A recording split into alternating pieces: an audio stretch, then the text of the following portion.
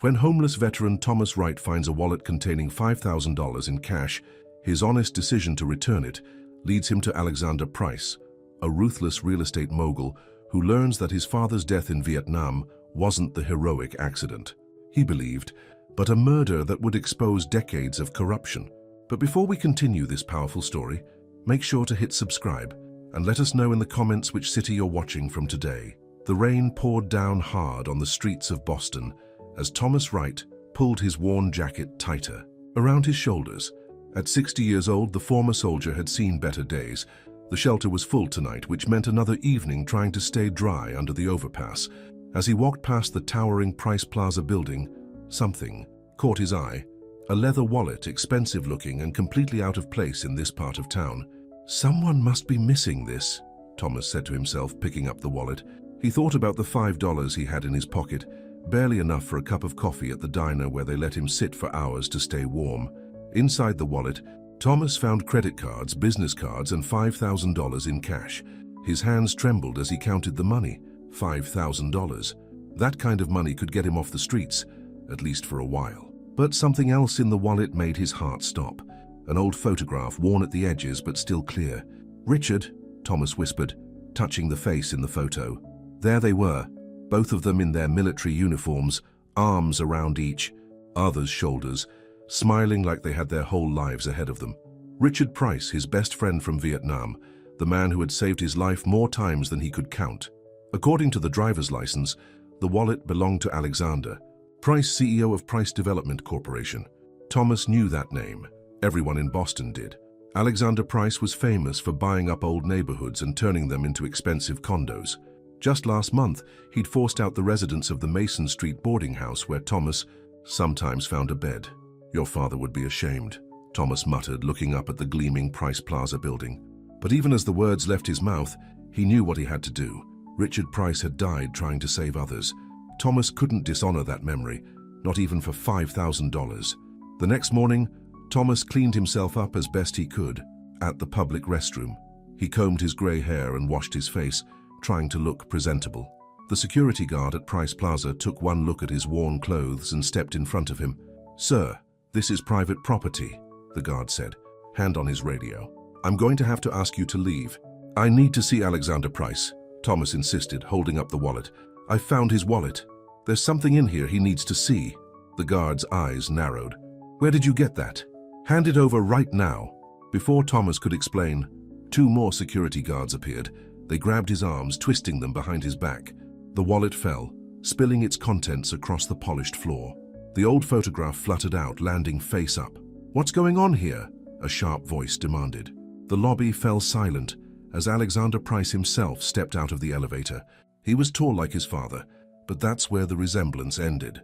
Where Richard's face had always shown warmth and kindness, Alexander's features were hard and cold. "Sir, we caught this homeless man with your wallet," the guard reported.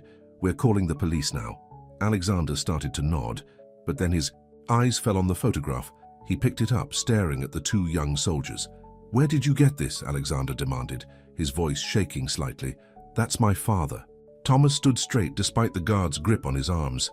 "I served with Richard in Vietnam. He was my best friend, and I have something to tell you about how he died, something you need to know."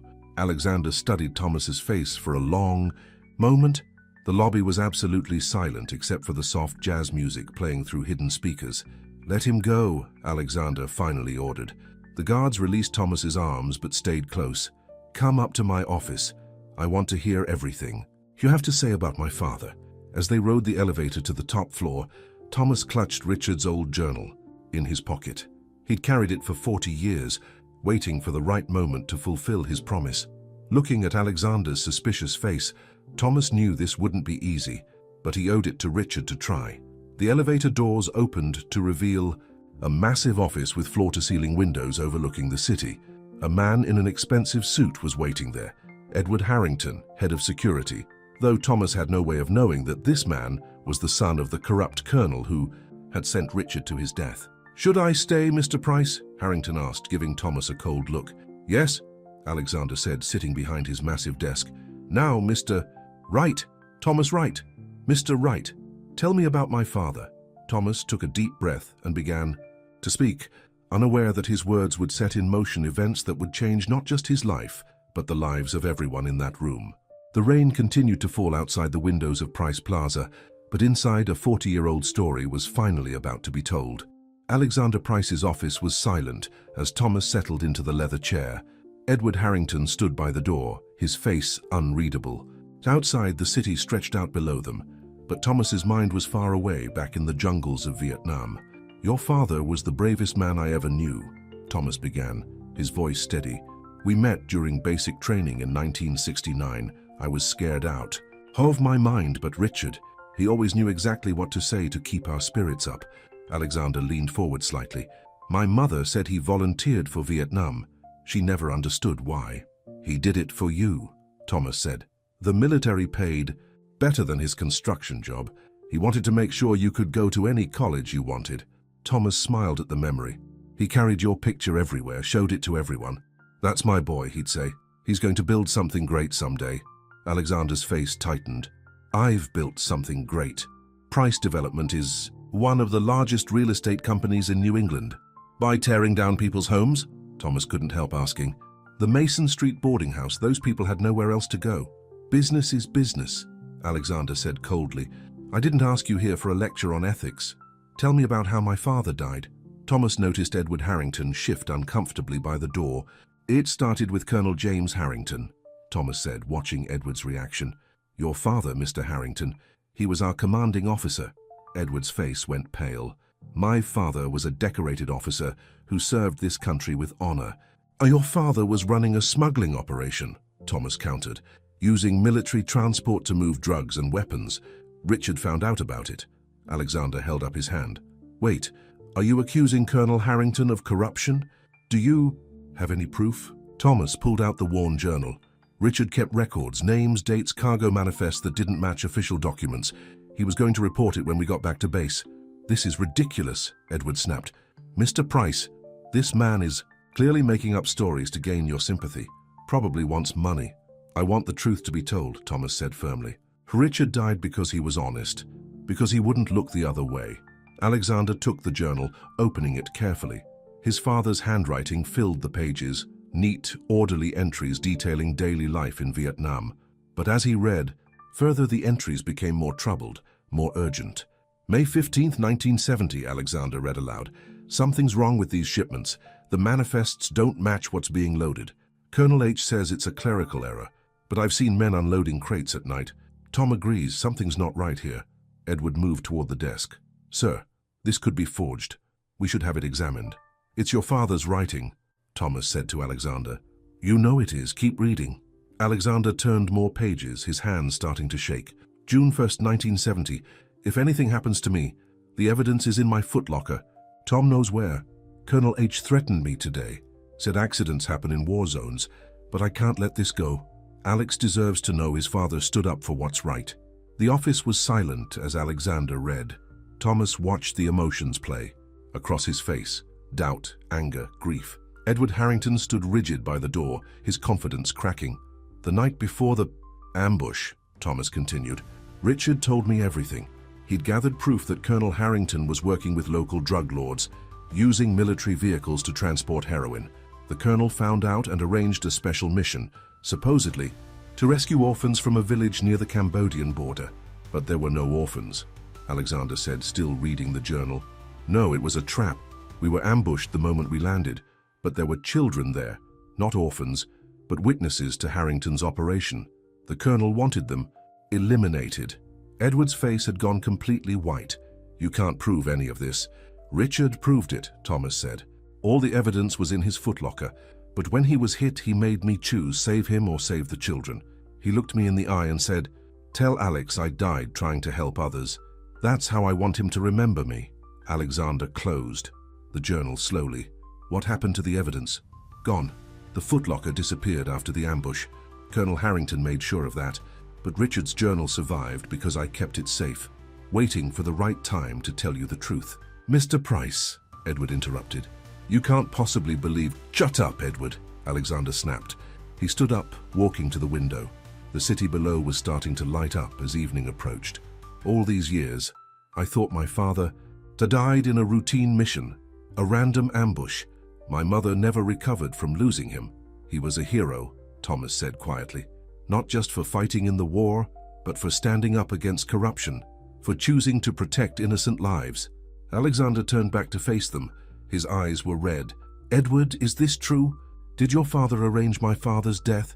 Edward's shoulders sagged. The confident security chief seemed to shrink before their eyes. I found out a few years ago, going through my father's papers after he died. He left a confession letter. I burned it. You knew? Alexander's voice was deadly quiet. You worked for me, looked me in the eye every day, knowing your father murdered mine. I was protecting my family's name, Edward said desperately. My father regretted it every day of his life. It drove him to drink, destroyed his marriage. Isn't that punishment enough? Get out, Alexander ordered. You're fired. And if you ever show your face here again, I'll make sure everyone knows what your father did. Edward hurried out of the office, leaving Alexander and Thomas alone. The city lights twinkled beyond the windows as darkness fell. I have one more thing to show you, Thomas said, reaching into his jacket.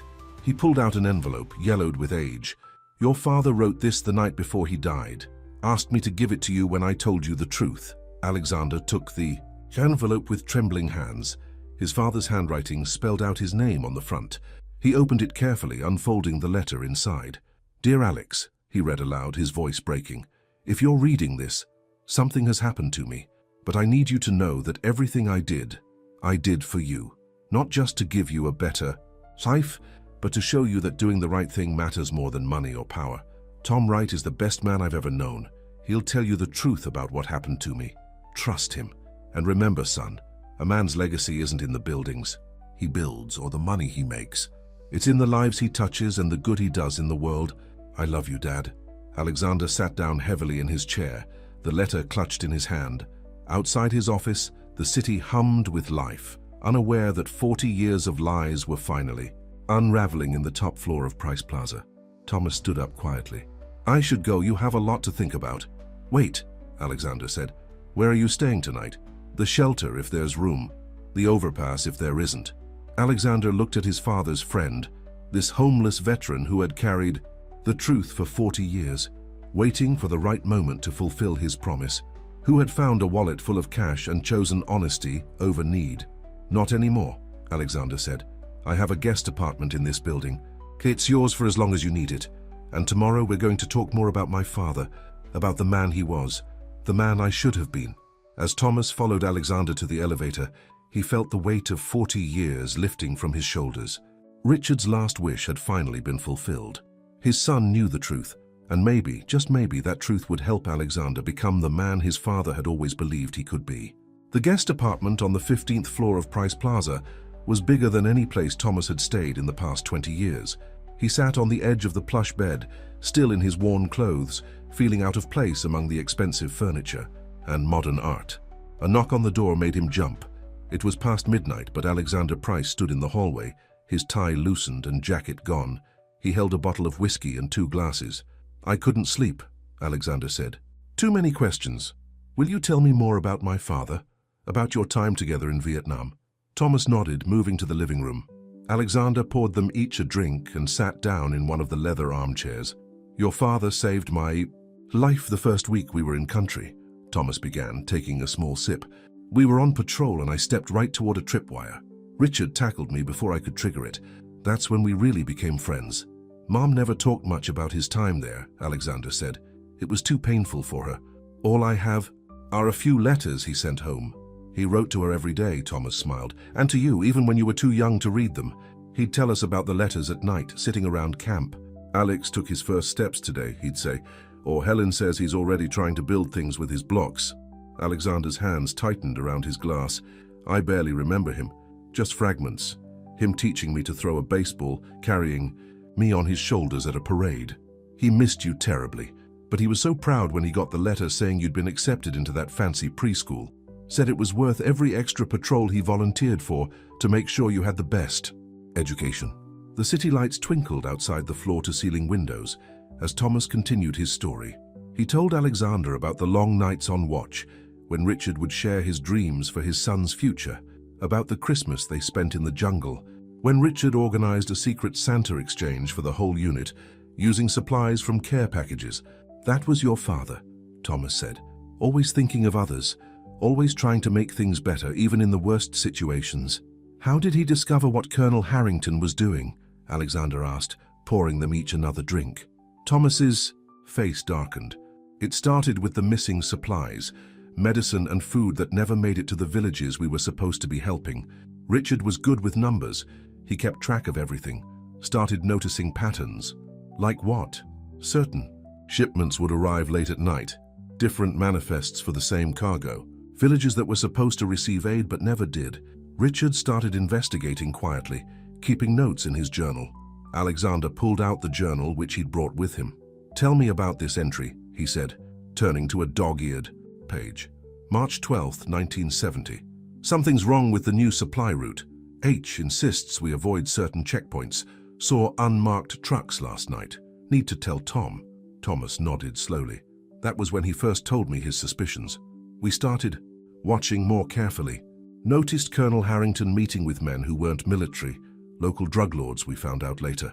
Richard documented everything. Why didn't he report it right away? He needed proof, solid evidence, and he was worried about retaliation. Not against himself. He was worried about you and your mother. Harrington had connections, powerful friends. Alexander read another entry. April 3rd, 1970. If anything happens to me, Tom knows where to find everything. The truth has to come out. Alex needs to know some things are worth dying for. He knew he was taking a risk, Thomas said quietly, but he couldn't walk away. Said it wasn't the example he wanted to set for you. The night deepened as Thomas shared more memories. He told Alexander about the time Richard single-handedly carried a wounded soldier 3 miles to safety, about the orphanage they helped rebuild after a bombing, about the letters Richard wrote to the families of fallen soldiers, sharing personal memories of their loved ones. The night before the ambush, Thomas continued, his voice growing heavy, Richard came to my tent. He had everything documented, photos, shipping records, witness statements, all packed in his footlocker. He was going to send it all to the military investigators as soon as we got back from the mission. But you never made it back, Alexander said, softly. Harrington knew, must have found out somehow. The mission was supposed to be a simple rescue operation, get some orphans out of a village before it was bombed. Instead, we flew right into an ambush. Thomas's hands were shaking now. He set down his glass. The shooting started as soon as we landed. Richard was hit bad, but he was more worried about the children. They weren't orphans. They were witnesses. Kids who had seen Harrington's operation up close. He was using the mission to eliminate them. And my father made you choose, Alexander said. Him or the children. It was the hardest moment of my life, Thomas whispered. Richard was bleeding out, but he could see I was torn. He grabbed my arm and said, save them, Tom, save the kids. Tell Alex this is how I want him to remember me. Doing the right thing no matter the cost. Tears were flowing freely down Alexander's face now. Did they survive? The children? Thomas nodded. Got them to safety. 8 kids, ages 6 to 12. They eventually testified against some of Harrington's associates, though the colonel himself was never charged. The evidence in your father's footlocker disappeared during the chaos.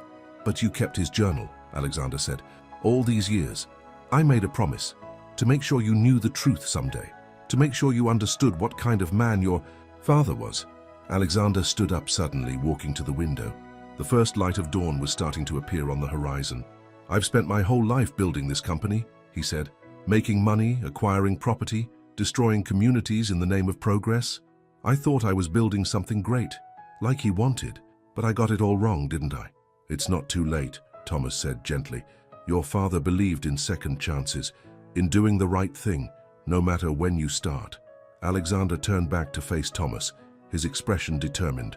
The Mason Street boarding house, the one I closed down. How many people lived there? About 30, mostly veterans, some elderly folks on fixed incomes, good people who just needed a chance.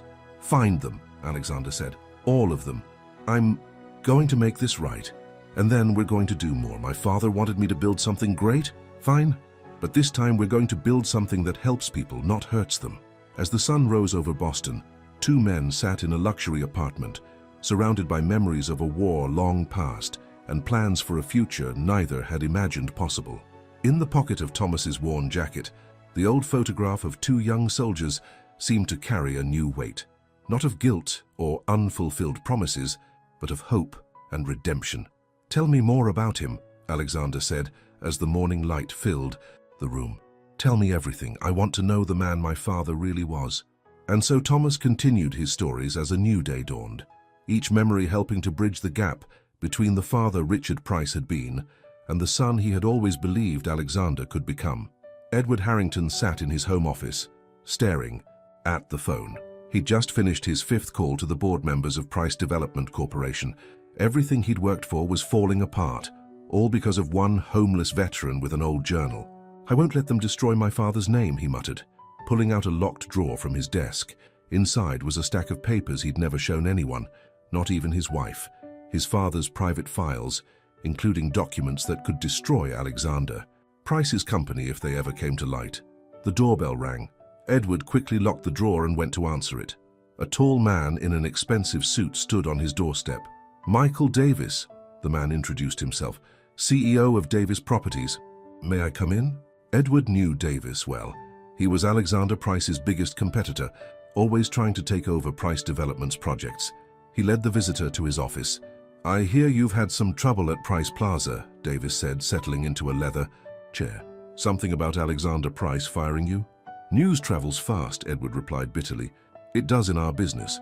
I also hear there's a story going around about your father and Richard Price in Vietnam. Very unfortunate." Edward's face hardened. "What do you want, Mr. Davis?" "To help you, of course. And maybe you can help me too. You see, I've been trying to take over Price Development for years. Alexander's always been too strong. But now," Davis smiled, "well, scandals have a way of making companies vulnerable." Meanwhile, across town at Price Plaza, Alexander was discovering just how vulnerable his company had become. His assistant, Sarah Chen, rushed into his office with a stack of newspapers. "You need to see these," she said, spreading them across his desk. The headlines jumped out. "Price Development CEO harbors homeless man. Vietnam War crime cover-up." At Price Plaza. Price empire built on blood money. Alexander picked up one of the papers. "How did this get out?" "Edward Harrington gave interviews to all the major papers," Sarah explained. "He's claiming you're mentally unstable, that you've let a con man convince you of conspiracy theories about your father." "It's not a conspiracy theory," Thomas said from the doorway. He'd cleaned up well in the past few days, wearing new clothes Alexander had insisted on buying him. But Harrington knows that. He's trying to protect himself.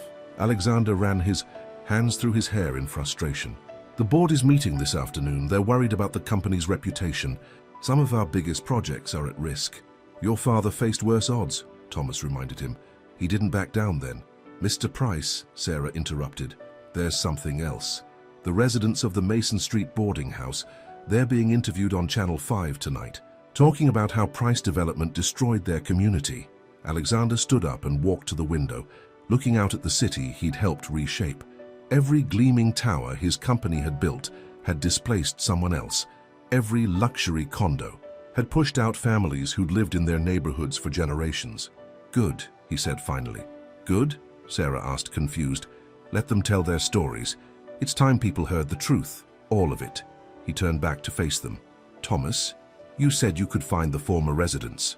Thomas nodded. "Most of them. They stick together, look out for each other. Find them all, every single person we displaced. I want to know their names, their stories, what they need." Alexander picked up his father's journal from his desk. "Dad wrote that a man's legacy is in the lives he touches. It's time I lived up to that." Before Thomas could respond, Sarah's phone buzzed. Her face went pale as she read the message. "The board meeting's been moved up. They're gathering now, and Edward Harrington is there with Michael Davis." "Davis?" Alexander's face darkened. "He's been trying to take over my company for years. He's making an offer to the board," Sarah confirmed, "using the scandal to force a hostile takeover." Thomas stepped forward. "You can't let them win. Not after everything your father sacrificed." Alexander grabbed his jacket. "I won't. But I need your help, Thomas. The board needs to hear the truth, the whole truth. Will you come with me?" Across town, Edward Harrington was presenting his case to the board of Price Development. The elegant conference room was packed with board members, lawyers, and Michael Davis's team. "Alexander Price is not fit to lead this company," Edward declared. "He's let himself be manipulated by a homeless drifter's wild stories. Our reputation is in tatters. But Mr. Davis here has a solution. A generous offer to buy out the company and protect our shareholders. Michael Davis stood up smoothly. My offer is simple. I'll buy Price Development for 70% of its current market value. Given the circumstances, that's more than fair. The board members murmured among themselves. The company's stock had already dropped 15% since the scandal broke. Many were ready to cut their losses. The conference room door burst open. Alexander strode in, followed by Thomas and Sarah. The room fell silent. "Before you vote on Mr. Davis's generous offer," Alexander said, his voice dripping with sarcasm, "there are some things you need to know." Edward jumped to his feet. "This is a closed meeting. Security." "Sit down, Edward," one of the board members, Margaret Wilson, ordered. She'd known Alexander since he was a boy. "Let him speak." Alexander placed his father's journal on the conference table. "My father was murdered in Vietnam because he discovered a criminal operation run by Colonel James Harrington, Edward's father. The evidence was covered up, but the truth survived." "More conspiracy theories," Edward scoffed. "Are you really going to believe I believe this?" Alexander interrupted, nodding to Sarah. She connected her laptop to the room's projector. On the screen appeared a typed letter, dated 1985. "What is that?" Edward whispered, his face going white. "Your father's confession," Thomas said quietly. "The one you claimed you burned. But you didn't, did you? You kept it, just in case you needed leverage someday." Sarah began to read. "I, Colonel James Harrington, hereby confess to orchestrating the death of Lieutenant Richard Price in Vietnam, 1970. He discovered my involvement in illegal drug trafficking using military resources. I arranged a fake mission and leaked our position to enemy forces." The room was dead silent as Sarah continued reading. When she finished, Edward Harrington had collapsed into his chair, his face ashen. "How did you get that?" he demanded. "You'd be amazed what people keep in their office computers," Sarah said. "Especially when they're fired and don't have time to delete their personal files." Alexander turned to the board. "My father died trying to expose corruption. I've spent years building this company the wrong way, tearing down communities, displacing people, all in the name of profit. That ends today." He pulled out a thick folder and handed copies to each board member. "This is my new proposal. We're going to rebuild the Mason Street boarding house, bigger and better. Create affordable housing for veterans and seniors. Start a foundation in my father's name to help displaced communities." "That will cost millions," Michael Davis protested. "Your shareholders will be part of something better than just making money." Alexander cut him off. "Something my father would have been proud of." Margaret Wilson stood up. "I've known Richard Price's son since he was in diapers," she told the board. "This is the first time I've really seen his father in him." She turned to Michael Davis. "I think we'll pass on your offer, Mr. Davis." One by one, the other board members nodded their agreement.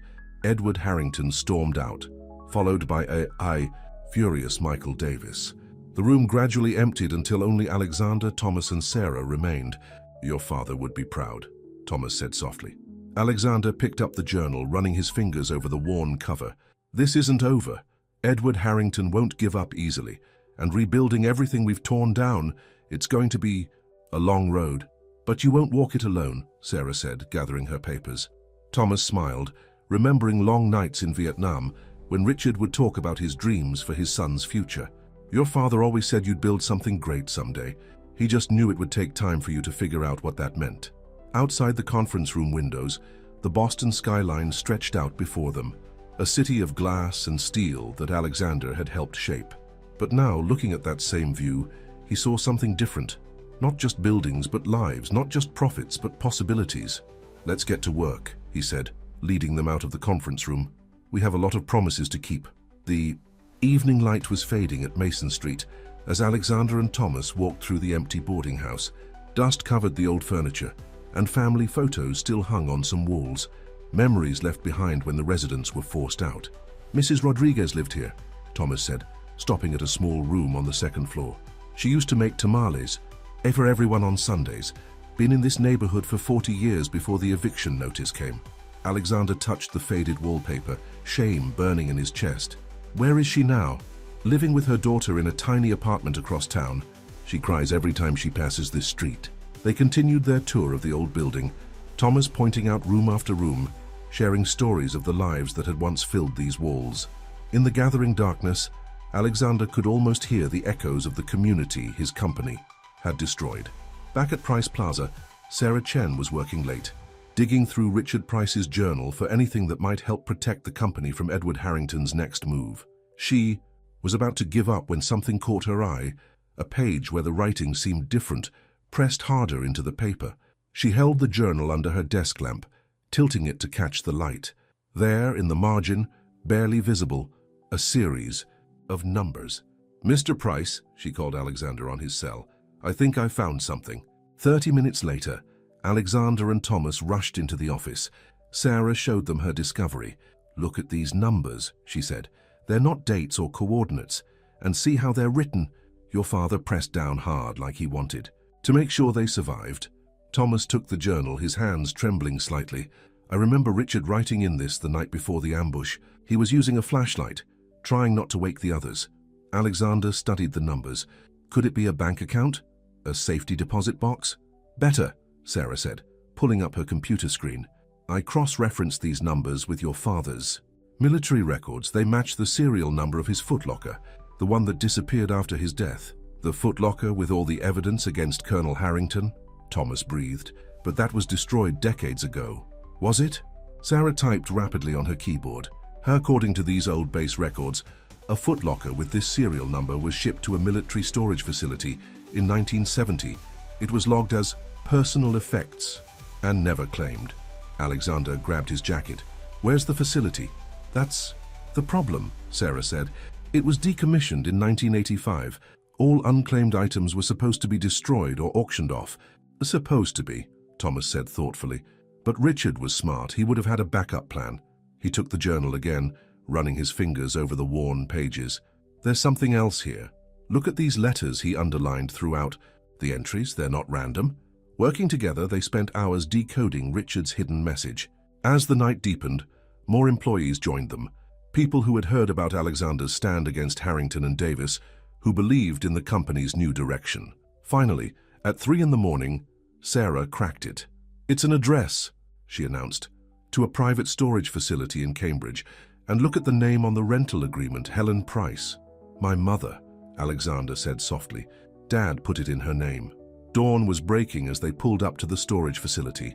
The manager was reluctant to open early, but the sight of Alexander Price and a cashier's check changed his mind. The storage unit was small and dusty. Alexander's hands shook as he turned the key. The door creaked open to reveal piles of old furniture and boxes. "There," Thomas pointed. Against the back wall stood a military footlocker, its green paint faded but the serial number still visible. Alexander knelt before it, trying to work the rusty latches. They finally gave way with a snap. Inside, protected by layers of waterproof bags, they found exactly what Richard Price had died protecting. Photographs, documents, shipping manifests, all proving Colonel Harrington's crimes. But there was something else. Under the evidence lay a smaller box with Alexander's name on it. Inside were dozens of letters, all written in Richard's familiar hand. "He wrote to you," Thomas said quietly, "every day after he sent the evidence to your mother. Letters you were supposed to read when you were older, telling you everything he'd discovered, why he had to take a stand." Alexander picked up the first letter with trembling hands and began to read. "Dear Alex, by the time you read this, you'll be old enough to understand why some fights are worth dying for. I hope you'll forgive me for leaving you, but I couldn't teach you about honor and courage if I wasn't willing to live by those principles myself." Tears rolled down Alexander's face as he read letter after letter.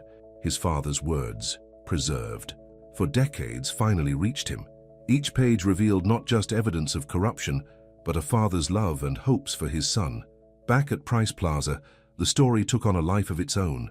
News channels ran special reports about Richard Price's heroism and the decades-long cover-up. Veterans who had served with Richard and Thomas came forward, sharing their own memories and supporting Thomas's account. Edward Harrington watched, his world crumble from his home, where reporters camped outside day and night. His father's confession letter had already destroyed their family name.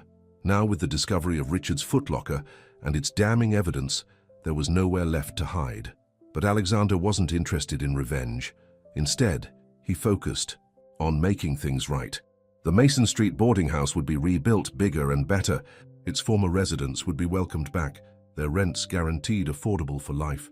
Mrs. Rodriguez stood in her old doorway, tears in her eyes as Alexander personally handed her the keys. "Your padre," she said, patting his cheek. "He would be so proud." That evening, Thomas found Alexander in his office, still reading his father's letters. "You know what amazes me?" Alexander said, looking up. "All these years, I thought I was building something great because I was making money, acquiring property, becoming powerful. But Dad never wrote about any of that in these letters. He wrote about helping people, standing up for what's right, making a difference in the world." Thomas smiled, remembering his friend's face in the jungle so many years ago. That's who Richard was. And now, finally, that's who his son is becoming. Sarah appeared in the doorway. "The contractors are ready to start work on Mason Street tomorrow. And the Richard Price Veterans Housing Foundation has already received its first donations." "Good," Alexander said. "But first, I need you to help me with something else." He pulled out a list of names.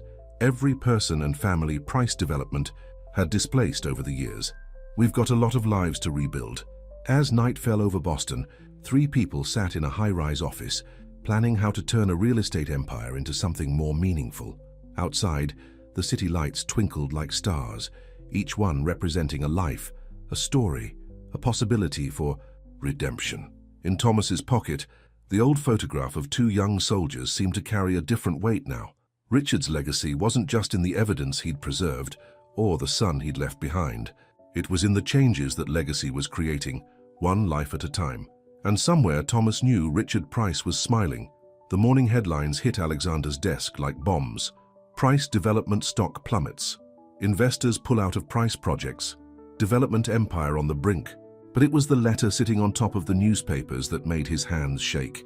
"I'm sorry, Alex," the letter began in his mother's familiar handwriting. "I can't support what you're doing to the company your father died to give you. Helen."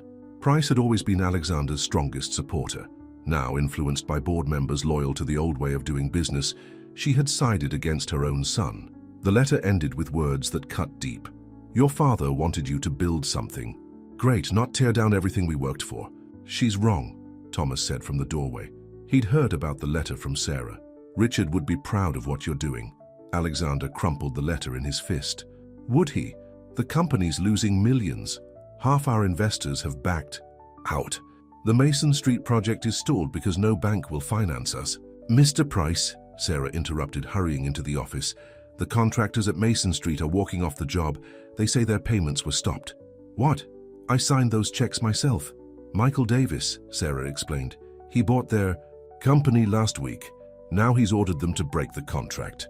Alexander slammed his fist on the desk. "He's trying to force us into bankruptcy. Without contractors, we can't fulfill our promises to the Mason Street residents. We'll be in breach of contract." "There's more," Sarah added reluctantly. "Some of the board members are calling for an emergency meeting. They want to vote on selling the company to Davis Properties." Thomas watched Alexander closely. He recognized the look in the younger man's eyes, the same look Richard would get when facing impossible odds in Vietnam.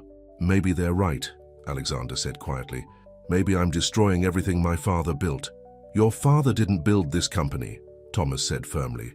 "You did, but now you're building something better, something he really would have been proud of." Sarah's phone buzzed. Her face fell as she read the message. "Channel 5 is running a story tonight. They're interviewing your mother and Edward Harrington." Alexander stood up abruptly. "I need some air." He took the elevator to the roof of Price Plaza, where he often went to think. The city spread out below him, a maze of buildings and streets, lives intersecting in countless ways. How many of those lives had he disrupted over the years, all in the name of profit? The roof access door opened behind him. He turned, expecting Thomas or Sarah, but instead found Margaret Wilson, the board member who had first supported him against Davis. "Quite a view," she said, joining him at the railing. "You can see all the way to Mason Street from here." "Margaret, if you're here to convince me to sell, I'm here to tell you about the first time I met your father," she interrupted. "It was 1969, just before he shipped out. He was working construction then, and my company was the developer. We wanted to tear down a homeless shelter to build luxury condos." Alexander turned to look at her. She smiled at the memory. "Richard was supposed to start demolition, but he refused. Said he wouldn't throw people onto the street with nowhere to go. We threatened to fire him. He quoted scripture about caring for the least of these. In the end, We built around the shelter. It's still there today. I never knew that story, Alexander said softly. No one did. Your father didn't believe in broadcasting his good deeds, but that day changed how I saw this business. It's why I've stayed on your board all these years, hoping his son would eventually see what really matters. She handed him a folder. Inside you'll find commitments from a group of ethical investors. They believe in your new vision. It's not as much money as Davis is offering, but it's enough to save Mason Street and start your father's foundation. Alexander opened the folder with trembling hands. The numbers weren't huge, but they were real. A path forward. Why? He asked. Margaret smiled. Because Richard Price taught me that some things are worth more than money, and because his son is finally learning the same lesson. When Alexander returned to his office, he found it full of people. Sarah had gathered everyone who believed in the company's new direction. Employees, former residents of Mason Street, veterans who had served with Richard. Mrs. Rodriguez stepped forward. We heard about the contractors, she said. My son is a carpenter. His friends too, they want to help rebuild our home. One by one, others spoke up.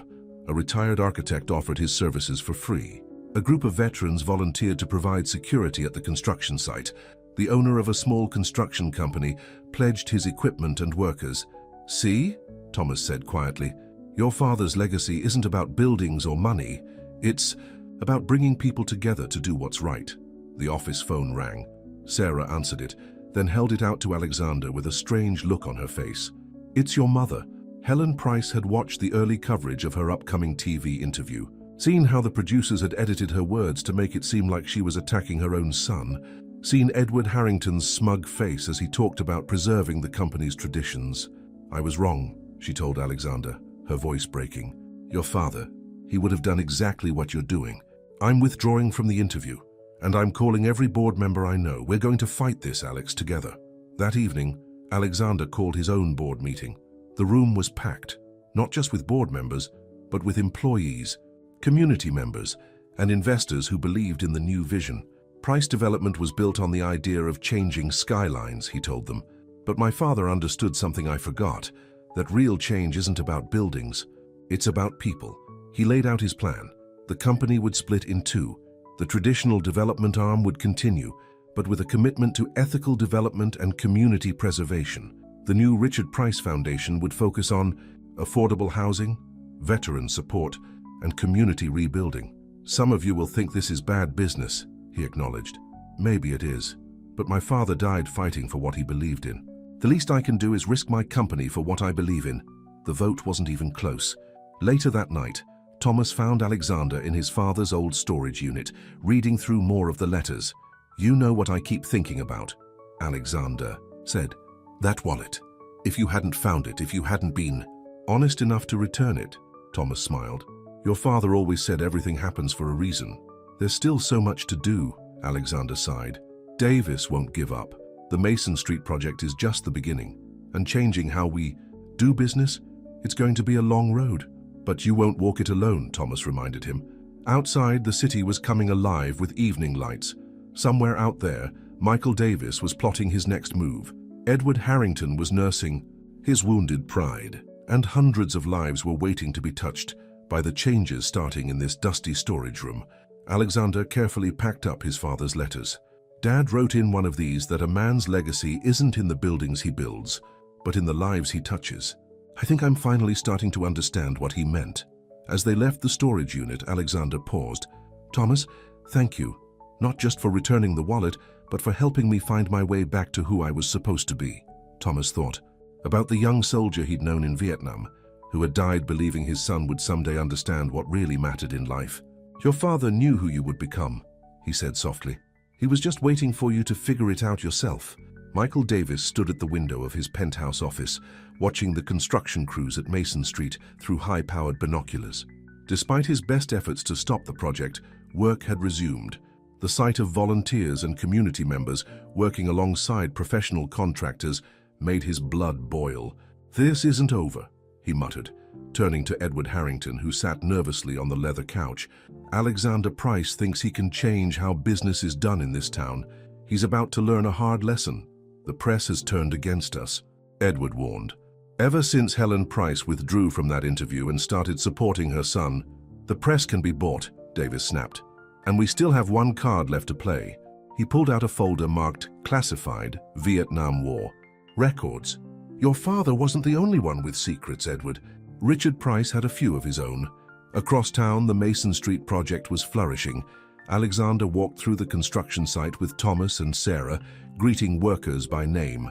The old boarding house was being transformed into a modern, residential complex, but with its historic character preserved.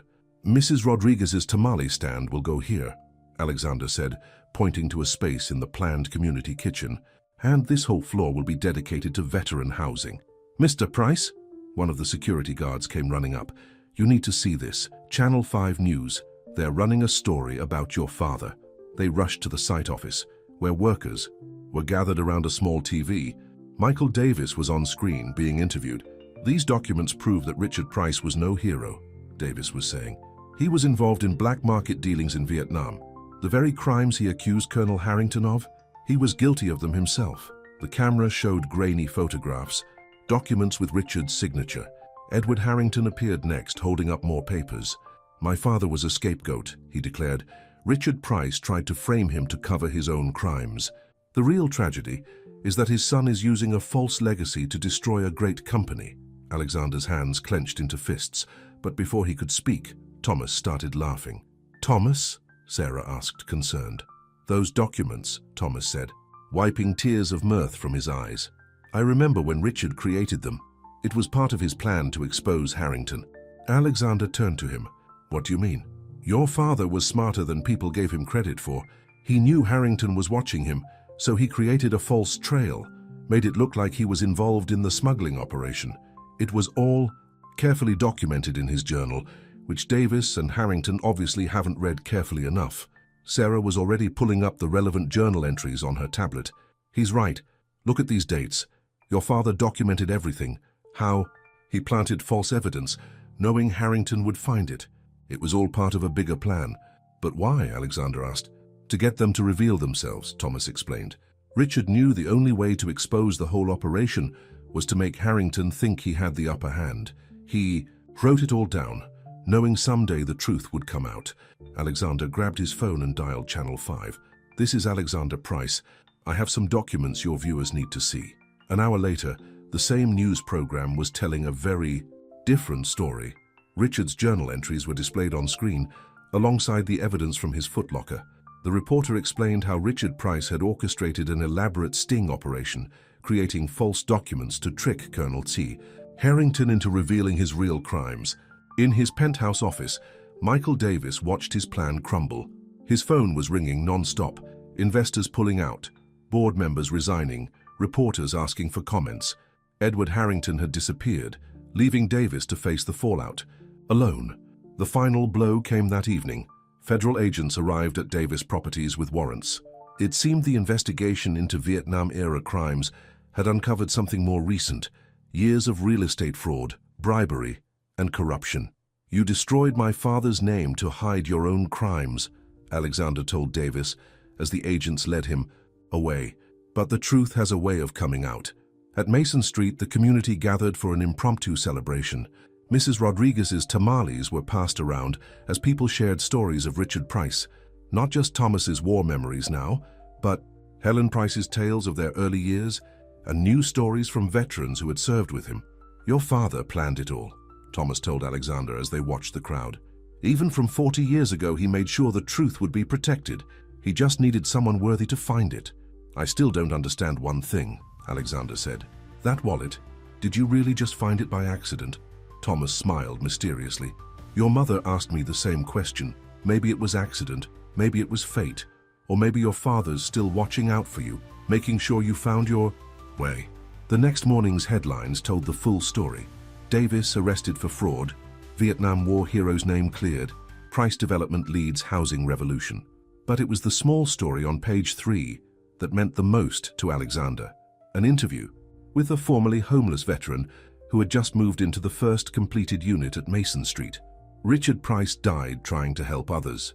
The veteran was quoted as saying, his son is living the same way. In his office at Price Plaza, Alexander added the newspaper to his father's box of letters. The old photograph of Richard and Thomas still sat on his desk. But now it was accompanied by new photos. Residents moving back into Mason Street, volunteers working together, communities being rebuilt instead of destroyed. Sarah came in with the latest financials. The company's ethical development approach was attracting new investors who shared their values. The Richard Price Foundation was growing beyond their wildest dreams. "Your father wrote that a man's legacy is in the lives he touches," Thomas said, looking at the photos. "Look how many lives you're touching now." Outside, the city was changing, not just in its skyline, but in its heart. One building, one community, one life at a time. And somewhere, a young soldier's promise was finally being fulfilled in ways he could never have imagined. "We did it, Dad," Alexander whispered, touching the old photograph. "We built something great after all." That evening, as the sun set over Boston, Alexander, Thomas, and Sarah stood on the roof of Price Plaza. The city stretched out before them, glowing with possibility. "What's next?" Sarah asked, reviewing their project lists. Alexander smiled, thinking of all the communities waiting to be rebuilt, all the lives waiting to be touched. "We're just getting started," he said. "After all, we have a legacy to live up to." The legacy of a wallet returned, a promise kept, and a father's dream finally understood by the son who had needed 40 years to find his way home. Helen Price stood in the doorway of her son's childhood bedroom, now unused for 20 years. The morning sun streamed through the windows, illuminating boxes of old photographs and mementos she'd been sorting through all night. "Mom?" Alexander's voice called from downstairs. "Are you here?" "Up here, sweetheart," she answered, wiping tears from her eyes. Alexander appeared in the doorway, stopping short when he saw the boxes. "What's all this?" "Your father's things," Helen said, softly. "After he died, I packed everything away. It was too painful to look at. But now," she picked up a small model building Alex had made as a child. "Now, it's time these stories were told." Together, they sat on Alex's old bed, going through the boxes. Helen pulled out a worn blueprint. "Your father drew this the week before he shipped out," she explained. "It was his dream for the company. Not just building structures, but building communities. Places where people could afford to live, raise families, grow old with dignity." Alexander unrolled the blueprint with trembling hands. The design was different from anything his company had built. Spaces for gardens, community centers, affordable housing mixed with market-rate units. "All these years," he whispered, "I thought I was building his dream, but I wasn't even close." "You are now," Helen said, squeezing his hand, "and I want to help." Later that day, at the Mason Street site, Helen walked through the construction, Harrier wearing a hard hat, pointing out changes to the plans. "The community center needs more natural light," she told the architects. "Richard always said sunlight brings people together, and we need a bigger playground. Families are the heart of any community." Sarah Chen watched in amazement as the elegant Helen Price, still beautiful at 70, confidently directed construction crews and charmed city inspectors. "Mrs. Price is a natural at this," she told Alexander. "She should be," Thomas said, joining them. "She helped Richard design housing developments before the war. Did you know she has a degree in urban planning? She gave it up to raise Alex after Richard died." Helen's involvement transformed the project. She knew exactly how to balance modern amenities with comfortable, affordable spaces. More importantly, she knew how to make a building feel like a home. The change in Helen was remarkable. Years seemed to fall away as she threw herself into the work. Each evening, she and Alexander would sit in his office going through Richard's old letters and drawings, finding new inspiration in his vision. "Your father believed that a home was more than 4 walls and a roof," Helen told Alex one night. "He believed it was about belonging, about being part of something bigger than yourself." The Mason Street community grew stronger every day. Mrs. Rodriguez's tamale stand became the heart of the building, where residents gathered to share meals and stories. Veterans found not just housing but purpose, helping to maintain the building and mentor young people in the neighborhood. One morning, Thomas arrived at Price Plaza to find an elderly Asian man waiting in the lobby. "My name is David Chen," the man introduced himself. "I was one of the children your friend Richard Price died protecting." Thomas's hands began to shake. You survived?" David nodded. "All of us did. We scattered after the war, but we've kept in touch. When we saw the news about Alexander Price and the Richard Price Foundation, we knew it was time to come forward." That afternoon, Alexander's office filled with people, as 7 of the 8 children Richard had died protecting now grown with children and grandchildren of their own, shared their stories. Helen sat holding Alexander's hand as they learned how Richard's sacrifice had created a legacy none of them had known about. "After the war," David explained, "we all promised to live good lives to help others like your father helped us. My daughter Sarah works for you now." He smiled at Sarah Chen, who was crying openly. "Dad?" Sarah whispered. "You never told me." "Some stories take time to tell," David said gently, "just like some legacies take time to understand." The revelation changed everything. The Richard Price Foundation expanded its mission, creating programs to help refugees and immigrant families. The children Richard saved became part of the foundation's board, ensuring its work would continue for generations. At Mason Street, Helen supervised the installation of a memorial garden. At its center stood a simple plaque with Richard's photo, not the military portrait everyone knew, but a candid shot Helen had taken of him playing with young Alexander, both of them laughing as they built with toy blocks.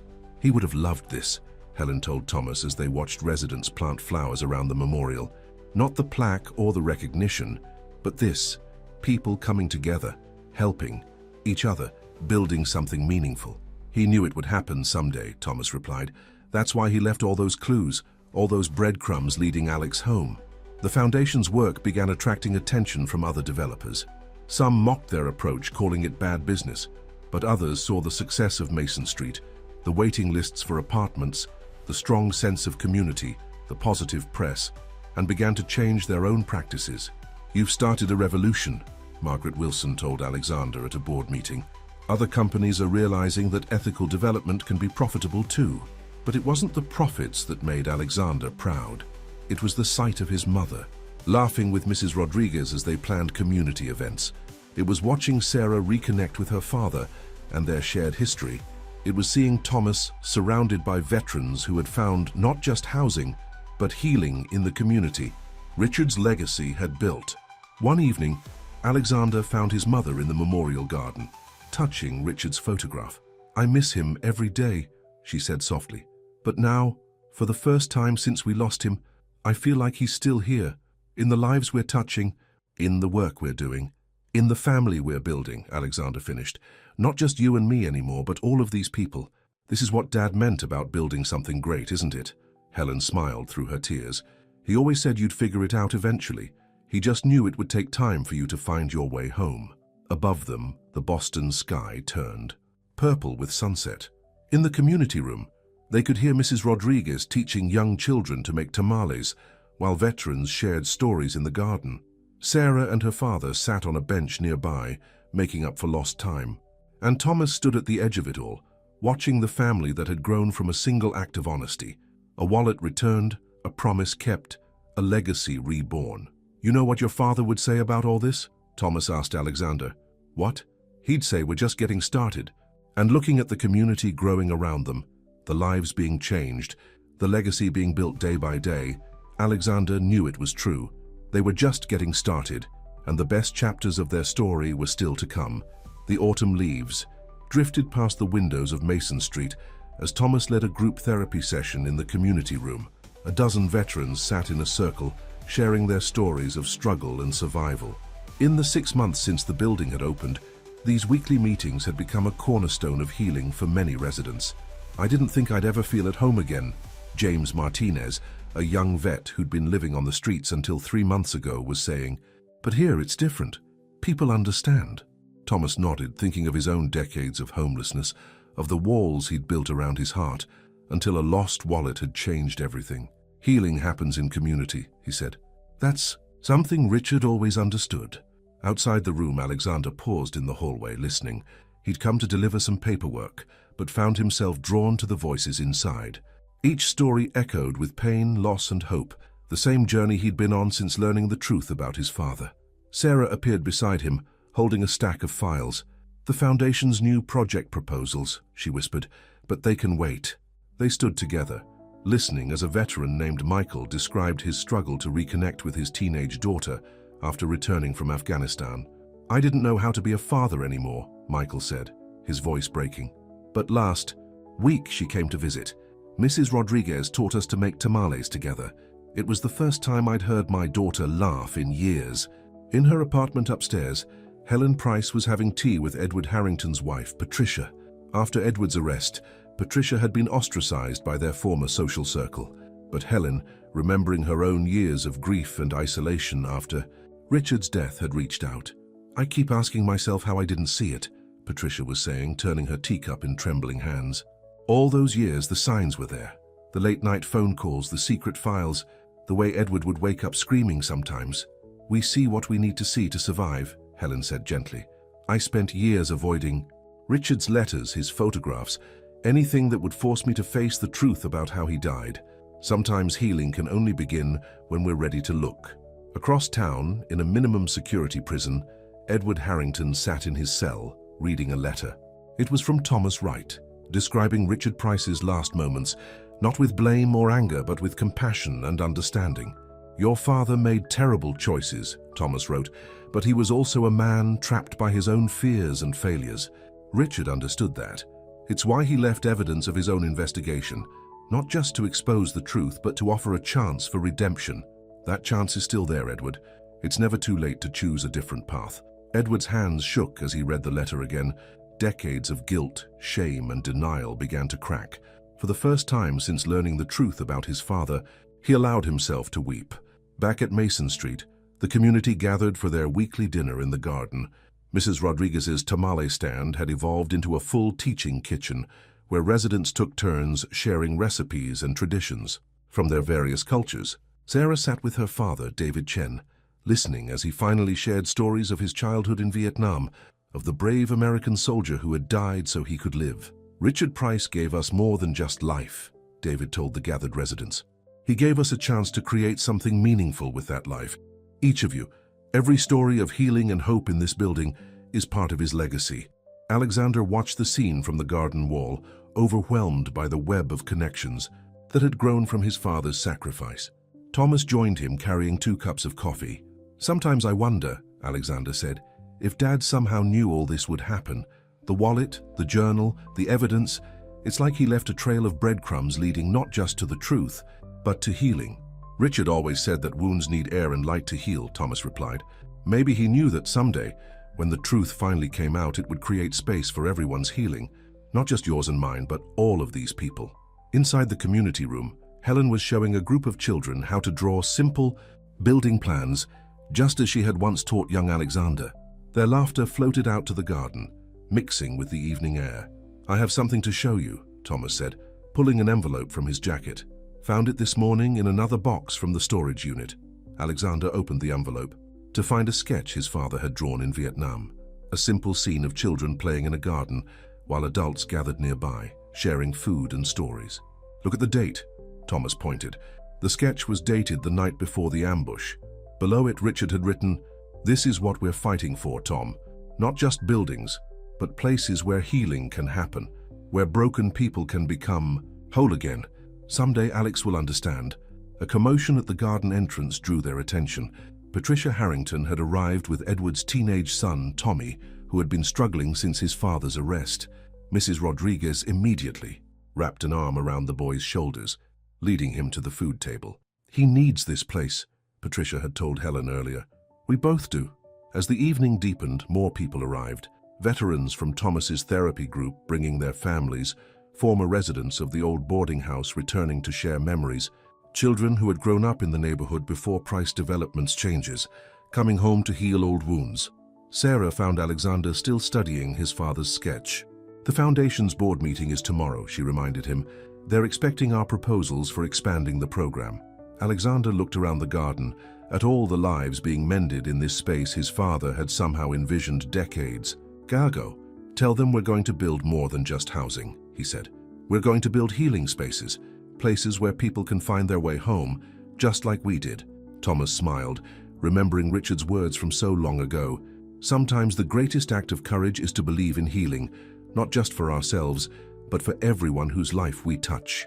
As night fell over Mason Street, the garden glowed, with lanterns and laughter.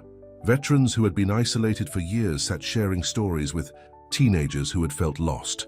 Children who had never known stability played safely under the watchful eyes of a community that had become family. And in every face, every conversation, every moment of connection, Richard Price's legacy of healing continued to grow, touching lives in ways he could only have dreamed of on that distant night in Vietnam when he chose to believe in the possibility of redemption for all. 1 year to the day after Thomas Wright found a wallet in the rain, the Mason Street community gathered for a celebration. The garden was decorated with lights, and tables groaned under the weight of food from a dozen different cultures. Mrs. Rodriguez's tamales sat next to David Chen's dumplings and Helen Price's apple pie. Alexander stood at the podium, looking out at the faces that had become family. "A year ago," he began, "I thought I knew what my father's legacy meant. I thought it was about building the biggest buildings, making the most money, changing the skyline. So I'd never been more wrong." The crowd fell silent as he continued. "My father's legacy wasn't about buildings at all. It was about people, about choices, about believing that every life has value, that every person deserves a chance to come home." Thomas sat in the front row, the old wallet in his hands. He'd tried to return it to Alexander months ago, but Alex had insisted he keep it. "Some things," Alexander had said, "are meant to stay with the person who knows their true value." Now Alexander gestured to the screens set up around the garden. "Today, we're not just celebrating what we've built here. We're announcing the future of the Richard Price Foundation." The screens lit up with images of new projects, not just in Boston but across the country. Former hotels being converted into veteran housing, abandoned factories transformed into community centers, empty lots becoming gardens. "Every site will follow the Mason Street model," Alexander explained. "Affordable housing, community spaces, support services, places where healing can happen, where communities can grow, where people can find their way home." Helen Price stepped up to the podium next, her eyes bright with tears. Richard believed that true change happens one life at a time, one choice at a time. "Look around you. Every person here represents a choice: to help, to heal, to believe in something bigger than ourselves." The crowd applauded as Sarah Chen took the stage with her father. "We're also announcing a new scholarship program," she said. "The Richard Price Memorial Scholarship will help children of veterans attend college, just like Richard wanted for his own son." In the back of the crowd, Patricia Harrington sat with her son Tommy. The boy who had arrived angry and lost 6 months ago was now helping younger kids with their homework, finding his own healing by helping others heal. Edward Harrington, watching the celebration through the window of his prison library, felt a peace he hadn't known in years. He'd finally given a full confession, not just about Vietnam, but about everything. The truth had cost him his freedom, but had given him something more valuable: a chance to face himself honestly for the first time in decades. As the evening progressed, Thomas found himself drawn to the memorial plaque in the center of the garden. Richard's photo seemed to glow in the lantern light. "You knew, didn't you?" Thomas whispered to his old friend's image. "You knew someday all of this would matter." "He did know," Alexander said, joining him. "Look at this." He handed Thomas a letter, the last one they'd found in the storage unit, dated the morning of the ambush. "Dear Alex," Thomas read aloud, "if you're reading this, then something I've long suspected has finally happened. The truth has found its way to you. I don't know how or when, but I know it will, because truth has a power all its own. It can destroy or heal depending on what we choose to do with it. I choose healing, son. Whatever happens today, know that every choice I make is about healing, not just for you and your mother, but for everyone whose life this truth might touch. Someday you'll understand that the greatest things we build aren't made of steel and concrete, but of hope and second chances. Love, Dad." The garden was full of life as the sun set over Boston. Veterans who had once been homeless now helped serve food to new residents. Children who had never known stability played safely under strings of lights. Former enemies like Patricia Harrington and Helen Price sat together sharing coffee and understanding. Mrs. Rodriguez was teaching a cooking class in the community kitchen, showing a group of young veterans how food could bridge any gap, heal any heart. David Chen and other survivors of that long-ago rescue in Vietnam had become regular visitors, their own children and grandchildren now part of the extended Mason Street family. Sarah found Alexander staring at the city skyline. "Thinking about the new projects?" "Thinking about how much can change in a year," he replied. "How many lives can be touched by one choice, one moment of honesty?" Thomas joined them, the old wallet still in his hands. "Your father used to say that every life is a story waiting to be heard, every person a chance to make a difference. As if to prove his point, a new family was arriving at Mason Street, a young veteran with his wife and children, recently homeless, their faces showing the same mixture of fear and hope Thomas had seen so many times. Alexander moved to greet them, but Thomas caught his arm. "Let me," he said softly. "I know something about finding your way home." They watched as Thomas welcomed the family, saw the tension leave their shoulders as he showed them around, introduced them to others who had walked the same path. "You know what I've learned this year," Alexander said to Sarah. "A legacy isn't something you inherit. It's something you choose every day in how you treat people, in the chances you take to make things right." Helen joined them, linking her arm through her son's. "Your father would be so proud of the choice you made." "The choice we all made," Alexander corrected. "To believe in something bigger than ourselves. To trust that healing is possible. To know that even the smallest act of honesty can change everything." As night fell over Mason Street, the garden glowed with light and life. The old photograph of Richard and Thomas, now enlarged and hanging in the community room, seemed to watch over it all.